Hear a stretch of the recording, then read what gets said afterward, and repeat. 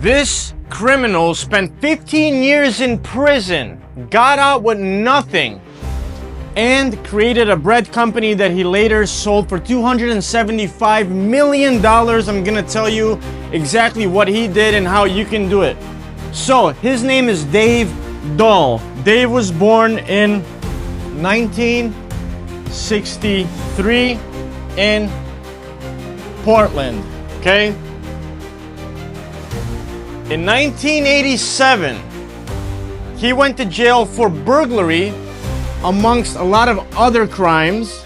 This was the main one, and he did 15 years in prison, okay?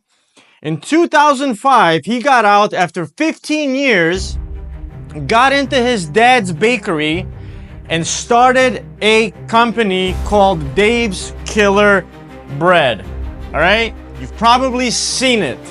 Altered the recipe a little bit and started a bread company out of his dad's little bakery. In 2013, the company got up to 300 employees, mostly ex-criminals.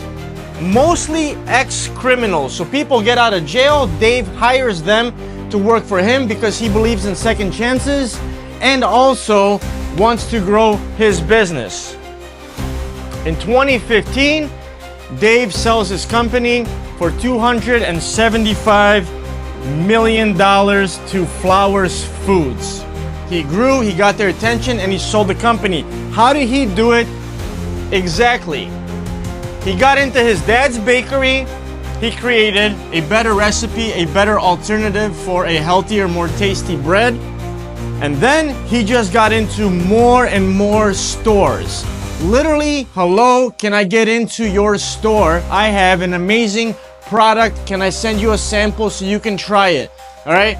If you want to see how I started a $286 million peanut butter company, how I copied that business and it worked, and now I have one of the largest peanut butter brands in Eastern Europe, check out this video.